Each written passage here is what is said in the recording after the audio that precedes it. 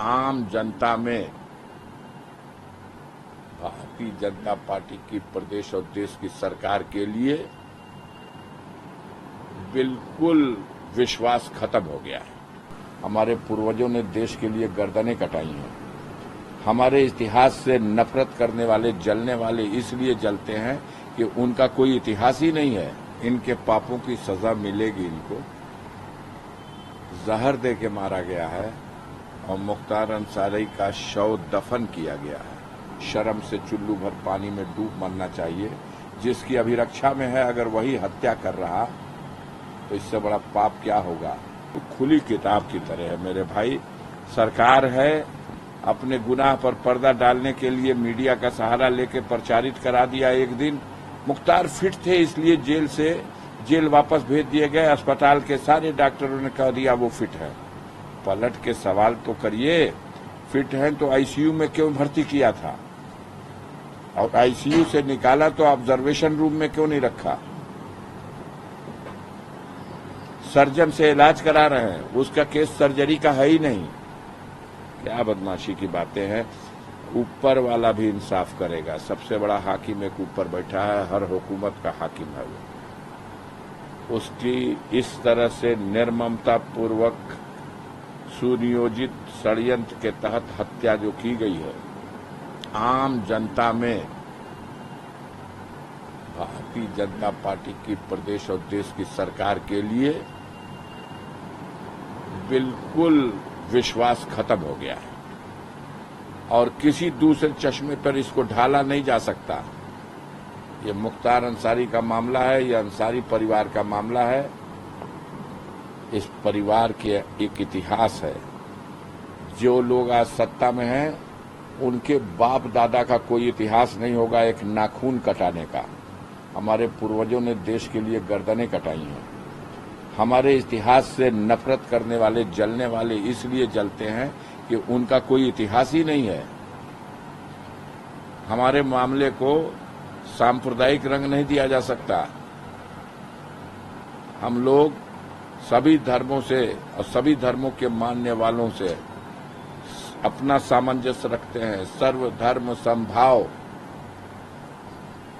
हम इस्लाम धर्म के मानने वाले हैं और हमारे मजहब में ये कहा गया है कि मौत का एक दिन निश्चित है। और मैंने कई बार ये बात कही है कि जिस दिन आ जाएगी मुख्तार की, तो यही तरीका शायद तय था और जहर दे करके उसकी हत्या हुई है। अब हम लोग कोशिश करेंगे कि इस घटना में जो लोग संलिप्त रहे हैं,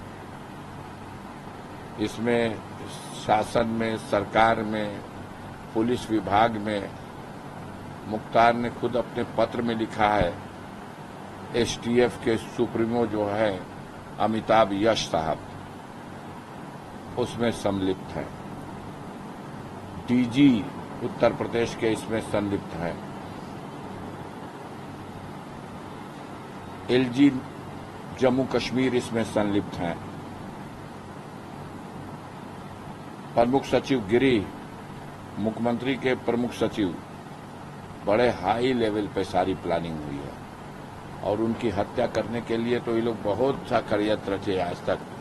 अभी दिन पूरा नहीं हुआ था तो टल जाता था।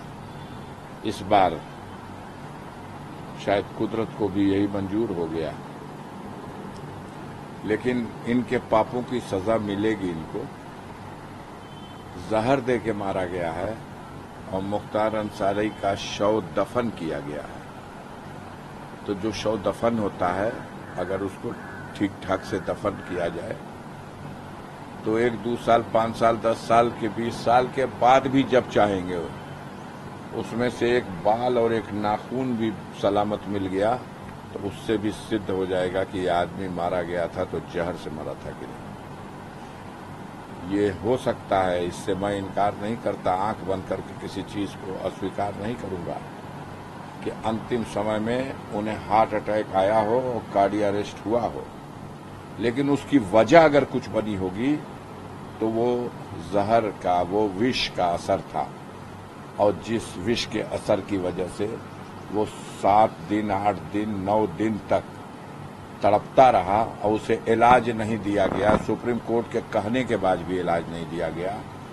एमपी एमएलए कोर्ट के कहने के बाद भी माकूल इलाज नहीं किया गया और उसे तड़पा तड़पा कर उस जेल में, जो उन्हीं की अभिरक्षा में है, शर्म से चुल्लू भर पानी में डूब मरना चाहिए। जिसकी अभिरक्षा में है अगर वही हत्या कर रहा तो इससे बड़ा पाप क्या होगा। इसकी सजा ऊपर वाला भी देगा और देश का कानून भी देगा।